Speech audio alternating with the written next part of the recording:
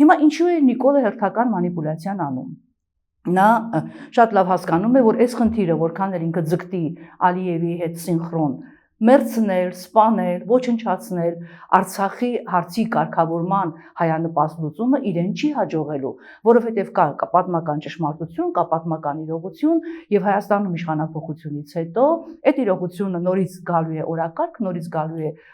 սեղանի վրա բանակցային եւ հարցը քննարկվելու է։ Սա է պատճառը, որ Ալիևը եւ Նիկոլը ջանասիրաբար ուզում են ԵԱՀԿ Մինսկի խումբը ոչնչացնել, սա է պատճառը, որ իրենք ջանասիրաբար ուզում են փոխել Հայաստանի Հանրապետության սահմանադրությունը, որում հղում կա անկախության հռչակագրին, եւ անկախության հռչակագրում հենց այդպես սևով սպիտակի վրա գրված է, որ Հայաստանի Հանրապետությունը Արցախի Հանրապետության երաշխավորն է, նաեւ գրված է, որ Հայաստանի Հանրապետությունը հետամուտ է լինելու ցեղասպանության ճանաչման գործընթացին։ Այս երկու կետերը շատ հոգեխանգարումքի մեջ են գցում